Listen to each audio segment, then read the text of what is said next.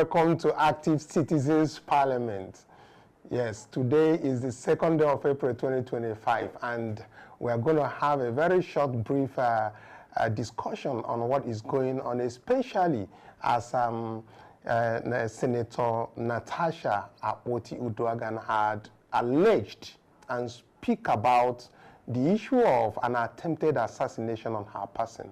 Meanwhile, the Kogi state government and Akpabio has refuted these allegations against her.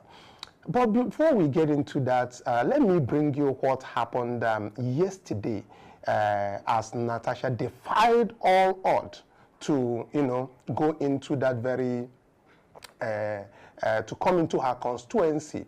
Now, the issue is that there's a purported copy of a judgment by the state government, banning rallies and public gatherings, and Senator Natasha was, yesterday met with a jubilant reception as she returned to her hometown in Kogi Central.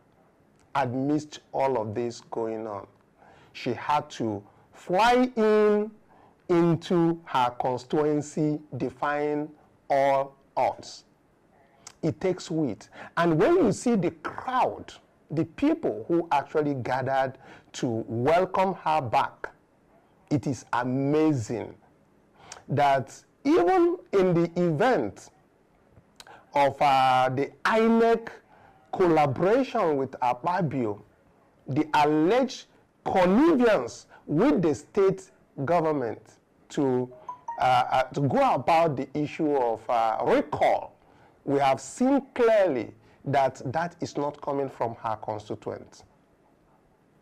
I will appreciate if the producer can actually position this thing so that we can, hear from her, and also to, see this very crowd and all the other reports that are coming in, so that we can put them in this very discussion. It is very, very important for us, especially as the allegation of assassination is coming in from Senator Natasha. Though being refuted is a different thing altogether.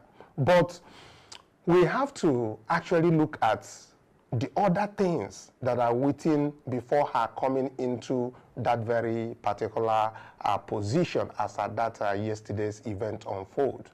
If you can position these things in the system, please, it will be very, very direct. So, we will also be talking about His Excellency Peter Obi's interview at Arise yesterday, where he very clearly said that what President Tinubu promised Nigerians is actually what he is bringing out. Let's take let's take that very Peter Obi's interview while we come back on this. As top politicians who continues to captivate sincerely without a hint of insincerity. They say there are no false emotions and no wasted words, nothing but a carefully nuanced argument in favor of the Nigerian people and against a system that continues to stifle the majority. And recently, that argument has been lampooning not only what they say is the government's dismal record on job creation and poverty alleviation, but also its disastrous democratic credentials, which they say is increasingly defined by a rising tide of authoritarianism, with any previous adherence to the Constitution and the rule of law seemingly now in retreat. Just look at what's happening in Rivers State, they say. But beyond the words and what President Tinubu's aides call cheap shots galore, will Nigerians take notice in 2027? Or has the aura and the youth energy that surround it? All right, so before we get into this, I just wanted us to see that very interview. But let me finish up on Natasha's issue. As early as 8 a.m., supporters from the 5 local government area under her senatorial district. They all converged on the Ihima community in Okehi local government area of Kogi state. Obviously undeterred by the security restrictions, they gathered in anticipation, eager to welcome their embattled representative, Natasha. The air, of course, was buzzing with excitement as local musicians took turns entertaining the crowd while they were all waiting for her. Then, in a grand entrance, Akpoti arrived in a white helicopter. As you can see, her presence instantly ignited thunderous, cheers, applause from the crowd. She stated that her insistence on visiting the area is because she is breaking no laws. Speaking on her recall process, the senator said, and then quote, "What I see INEC doing is aiding and guiding petitioners on how to perfect their illicit acts."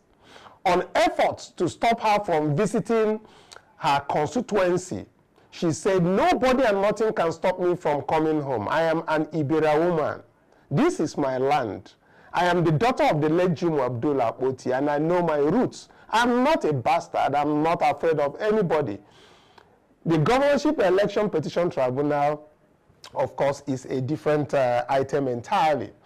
So, let's quickly now dive to the other things that are on board. Let's hear from, I believe that by now that everybody should be aware that this orchestrated act and the recall process that is actually ongoing in that Kogi state is being facilitated by Akpabio, allegedly. But it's obvious. Most Nigerians know this. Some people are saying it's Kogi and some Kogi governor. Some people are saying it's the former Kogi governor. But they are all working together, as we can see all the whole things coming out. Now, we also understand that the police command in Kogi had advised Senator Natasha Akpoti to cancel this very planned rally, citing concerns over security risks. Now, the commissioner of police explained that the ban was equal to intelligence report on security threats in Kogi and subsequent ban on all forms of rallies and procession by the state government in Kogi state. Now, despite this warning, Senator Natasha remained resolute in her decision to proceed with her visit to Kogi Central, attributing any potential violence to political figures she believed might be involved in this very brouhaha that is going in. This new development followed from what the state government said on Monday, which imposed the ban on rallies and gathering and citing security reports.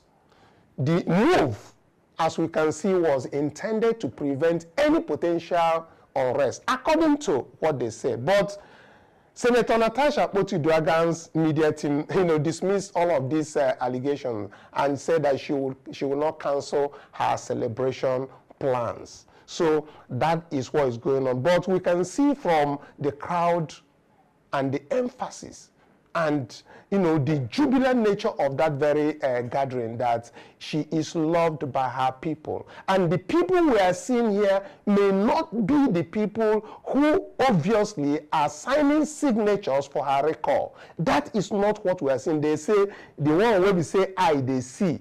The one where ear, they hear. Heart, no, they grieve about them. And people are grieving when you see this very crowd. So, wherever you are, you can go to comment section. Tell us your thoughts on this. Whether you think that this crowd here are the people who actually signed the petition to recall somebody who is working for them. I can say she is the most working senator without mincing words. Now, let's now get back to the other story, which has to deal with His Excellency P2B's interview. Obviously, I'm going to allow you to hear His Excellency P2B, his take on this, and what President Tinubu promised Nigerians, as he said, is exactly what he is doing. And of course, he said that Tinubu said that he's going to continue from where Buhari stopped. And I think that is about it. So let's take a listen to His Excellency P2B. Let's take out the sites where exactly how he said it, what he said, and then we take it off from the reactions. Thank you very much. And again, I want to bring to your attention that we are going to be having a discussion on the INEC's recall again. INEC made a clear statement last week citing that a recall is more expensive than conducting 3 senatorial elections. And we want to dive into that on an X space. We'll be having that discussion with Dr. Sam Amadi, who will be taking us through on his thoughts on the Constitution, on different aspects of the law and the Electoral Act. Thank you, and let's take a listen to this. Until in the evening time, bye for now. 2023 joins me now exclusively in the Rise studio. Thank you very much indeed for coming in. Thank you for Charles. Always a pleasure to see you. Thank you for having me. Let's start with the end of the holy month of Ramadan for Muslim people, of course, who've been fasting for a whole month and are now celebrating at the end of it. So a period of special significance for Islam with lots of spiritual reflection. I wonder what your message is to Muslims at this auspicious time for them. Well, like I said in my tweets, first is that they've been able, after the fasting and everything, been able to reflect about our country. It is now time to say, where do we go from here? And as I wish them happy Salah, I hope we'll use whatever they've been able to reflect in the past 30 days to hope that we'll build a better Nigeria. And as you talk pointedly there about reflection, let's reflect on the 2 years into President Tinubu's term, what is known as the midterm. As we look into what he's been doing for the last 2 years, how would you assess his midterm? Well, Charles, you know, I always don't want to be involved in assessing this present government, because I've always remained consistent that he is doing well. Because what he promised the people is exactly what he's doing. That he will start and continue from where the previous government stopped. And that is doing well, Charles. You can go and use every measure. I've said it in this studio before. Somebody who made dollar at 300 and something, 400, is now 1,005. Charles is done fantastic. Same in fuel, same in everything, same in unemployment, you know, everywhere, in terms of democracy, in terms of everything, is in on the sliding side. And that is doing well, because that's what he promised. Well, I suspect they're likely to disagree with you. I mean, the president's team have suggested that his reforms are working and that his management prudence is bringing back international confidence. They say that growth may be slow, but it's on an upward curve, and that Nigeria's fiscal position has improved considerably, which is the precursor to investing in infrastructure and innovation such as technology. But you don't agree with that assessment? Charles, when you talk about improvement, there are not things you say. There are things people feel. There are things people see. There are things that, it's just like when you talk about, I've listened to people say jobs are being created. Where are the jobs? You know, if you talk about job creation anywhere in the world, you see the figures. If you talk about improvement in education, you see it. Improvement in health, improvement in this. If you say the government is now doing the right thing, the democratic, the this, you will see it. You just mentioned River State. So where is it? So we can see it. It's not a question of going to say, oh, investors are coming back. Where are the investors? Where are they investing? Companies are closing down. They're leaving. Local companies, manufacturing is going south. So where is it? Clearly, you're not seeing it. Nigerians are not seeing it. Are you possibly, as they say, missing the beat of the moment? His aides are suggesting that perhaps you're focusing too much on playing the opposition card and you're not seeing the increments that are gradually, making themselves felt in this country. Charles, the Nigerians are not seeing it.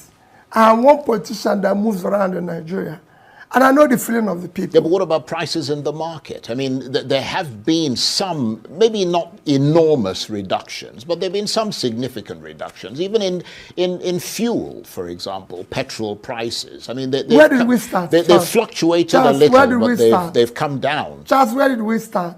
We started at about 200 to over 1,000, and now it's slightly below 1,000. You have to look at where we started. You didn't just say, oh, it's coming down. No, where did we start? What has changed? Consider the income of the average Nigerian. Those who are fortunate to have a job. What it now tells them if they're buying fuel. So basically, your prognosis, your assessment, just to be clear, is that things have got worse, not better, in spite of the reforms that the president has put in. I mean, you're not agreeing that obviously reforms take a while to begin to be felt in the country. The removal of fuel subsidy, the regularization of price of cost of naira and all the rest of it. I mean, you don't think that those things are reforms that needed to be done. Wouldn't you have done that if you were president? Charles, I believe that reforms take time for people to start seeing the gains of it. Well, that's what their argument is. But people have to see a clear roadmap that what they are sacrificing for, let's take fuel subsidy, which they say there's huge savings. Where is the savings being challenged? Well, they said, for example, and I'm not a spokesman for the government, but I have to play the devil's advocate because they're not here. I mean, they said that, for instance, more money is being given to the states. And if you look at the numbers, I mean, the amount of money that the states are getting, I mean, it's higher than it used to be. Although some are making the argument, and I suspect you are making the same argument, that because of the devaluation of the naira, what they're getting is not worth anything. Charles, if you are making a savings, you said, I want to save this money to be able to invest where? You have to invest in critical areas of development. And those critical areas of development are education, health, and pulling people out of poverty. Are we investing in it? Just no. Well, they would argue that they're investing in education. They're providing funds and loans for students, which has never happened in this country before, to allow them to be able to go to school. This country has universal basic education. And we have over 20 million children out of school. That is the critical area. It is the basic education that is the critical area. We're not doing anything in it. Just today, I visited an IDP camp. There's over 40,000 people in IDP camps around Abuja. I'm not talking outside Abuja. The one I visited is in Abuja. With over 4,000, they don't have a primary health care. 4,000 or 40,000? Over 4,000. Right. 40,000 around Abuja. But 4,000 in this particular facility. Right, okay. They don't have a primary health care. They don't have a primary school. They used to have a primary school, which was there by UNICEF. It's closed down for the past 3 years. The kids are there. There's no primary school. There's no health care. So, if you don't have that in Abuja, where do you have it? Where? And this is the one you said is free. Free and compulsory. So where are you investing the money? So your conclusion then is that there isn't a clear plan and a trajectory, that it's kind of all over the place. That is convincing. Because you have said, I'm removing this, you have to sacrifice, you have to suffer. Where are you investing it? It has to be clear. It has to be verifiable. It has to be visible. People have to see it. They have to feel it.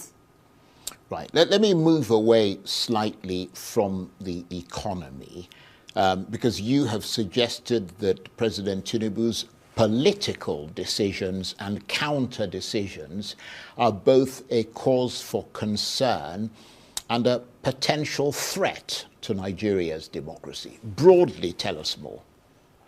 Well, I've said it and I maintain, Charles, there's no democracy in Nigeria today. Nigeria today is not a democratic country. Let's stop telling ourselves lies. If you look at all the tenets, look at all the yardstick of measuring democracy, it doesn't exist here. Simple definition, democracy is government of the people, by the people, for the people. Today, the government we have is not of the people. It's not by the people because the people didn't vote. It wasn't their votes. I'm not just talking about presidency. Across the line. Look at what happened in Edo. Can you call that democracy? It is not vote of the people. And it's not for the people. I've just told you that I went to an IDP camp where we have thousands of people, no primary health care. They were begging me to have one nurse, which I said I must make sure I bring. They don't even have primary school, which again I told them I will make sure it happens. So what are you doing? For a country that just spent 21 billion naira to renovate a house for the vice president, which is not, hasn't packed in, is not living there. And you cannot even have a primary school for kids who are going to be leaders of Nigeria tomorrow. For people who pass through the same process, tonight deny these kids this opportunity today. So it is not a democratic country. So it's not for the people. You can't have a democracy without a functional and effective legislature, which you know we don't have today. You can't have a democracy without, again, an independent judiciary that fights for the common person. I can go on and on. In a democracy, it is clear. There's guidelines. Even when you set for people vying for election, like in Nigerian case, you have to talk about people must be qualified. They must have primary school, secondary school, university, and must attain certain age. Charles, that is not happening today. People are with unverified, forged certificates all over the place, criminal records and everything, and they're in charge. So you cannot say that. It is, yes, maybe we're striving to be a democratic country, but the way we are today is not. Look at what happened in Rivers that you mentioned. Can you call that democracy? I'm going to come to Rivers State Yes. in a minute, because it would obviously require some analysis and certainly your assessment of what is going on there. But they would argue, the president's aides, that Nigeria may be a faltering democracy, but nevertheless it is a democracy. And one of the hallmarks for assessing that democracy is freedom of speech, and the fact that you can sit here and criticize the government and be quite, forceful in your criticism, forthright, that is a manifestation of at least a measure of democracy. Charles, I can tell you that even me is being harassed every day. There's no freedom of speech. And you know that yourself. Charles. And I can tell you, and there's so many people who are being detained in one place or the other because they've made one statement or anything. Well, I haven't been harassed, to be fair. But yes, I mean, yes, maybe you've not been, but I have been. Well, that's unfortunate. So I can tell you that even that doesn't exist. But we're not, when you say, yes, he exists, Charles, when you go for an exam and you score 10%, it's a fail. I'm just giving you the real measure of democracy. We failed in all of them. So it doesn't exist. So having expressed this alarm, what do you anticipate to be the negative consequences of that threat to democracy that you talk about? What track is Nigeria heading towards as a result, and how damaging might that be? And how would you suggest Nigerians go about counteracting that? Well, for me, we're headed, you know where we're headed. It will get worse. And when it gets worse, we're now going to threaten to a state of nature, of anarchy, where anybody can do anything you want. Everything is collapsing. Even when the people who are supposed to be seeing it are not seeing it. But you can see the negative impact in all the critical areas, even the education you mentioned, when you said people are being given scholarship to go to school. Student loans. Student loans. What is happening in our universities, Charles? Our universities now are politicized, where appointments for management of universities are now political. You now fail local government election, you're appointed on your university board, university governing board, where vice chancellors, they even have been appointed without merit and everything. And the consequences that you see universities now giving honorary degree to all manner of character of people. So even that is deteriorating. His aides, and again, we have to balance the discussion, deny that there is any such threat to democracy. They say you are pulling the trigger on a non-existent gun and creating an unnecessary level of uncertainty where there is none. I wonder what your reaction is to that. Charles, I said, go to the people. It is not about me. I'm one with the people. They can say anything they like. You know, when you are in government, you claim anything. But I deal with the reality. The reality is that things are headed south. Go and check all indices of development anywhere. I've told you what is improving. Is our literacy level improving? Is our health condition improving? Even them that are in government don't even go to hospitals here. So that shows that it's not even improving. The same thing goes. Are people being pulled out of poverty? There's still hunger everywhere. Is the agricultural produce increasing? Is manufacturing increasing? No. So where is it? So in the context of this high uncertainty with regard to democracy and the rule of law that you talk about, that suggests unpredictability and, you know, especially for international investors, which is something they do not like. They don't like unpredictability. They don't like the lack of the rule of law, because obviously it threatens their investments. And ultimately that has an impact from what you're saying on the economy, doesn't it? That's it. Just the first thing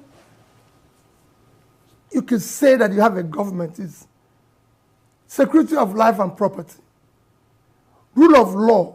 This is an intangible asset that you cannot ignore. It is critical. People go where there's law and order. Nobody goes where there's chaos. Where do you see the rule of law? You are here. You don't need to. I don't need anybody to tell you. You see it every day. Well, all this talk about democracy and the rule of law leads me inevitably to what you talked about previously, which is Rivers State. I'm sure you've been seeing the rising political temperature there over the past few months, which has heightened with considerable tension. But was it enough for a state of emergency to be declared? Capital no. You cannot, Charles, take the action that have been taken in Rivers State for what happened. There's a clear path to dealing with that issue. Rivers State, for the past 2 years, have become ungovernable for obvious political reasons and interests, which shouldn't be in a democratic environment. It's clear, it shouldn't be. I have been a governor, and I have left government, had issue with the person who had replaced me, with my successor. But for God's sake, the state is far more important than anybody. We have a governor who have been sworn in as the governor. He should be allowed to govern.